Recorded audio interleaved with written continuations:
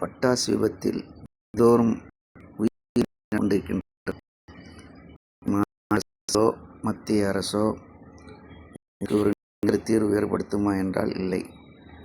இப்படியே தினந்தோறும் அப்பாவி மக்கள்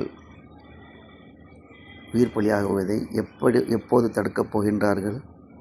இதற்கு தீர்வே இல்லையா?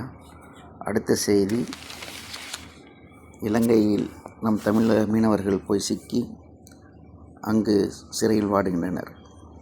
எப்போ பார்த்தாலும் முதல்வர் கடிதம் எழுதுகிறார் பிரதமருக்கு,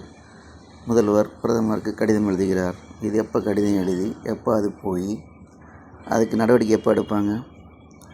இதெல்லாம் மத்திய அரசும் மாநில அரசுகளும் ஒரு கேம் விளையாடுறாங்க. இதென்ன மாநில அரசு மத்திய அரசு ஒன்றாக இணைந்து நம் தமிழக மீனவரை பாதுகாக்க முடியாதா?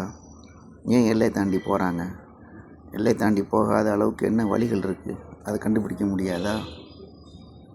அதே போல் இந்த வெடி விபத்துகளில் சாகக்கூடிய மக்களையும் தமிழக மீனவர்களையும் அரசு பாதுகாக்க முன் வர வேண்டும். இதுதான் எமது கோரிக்கை.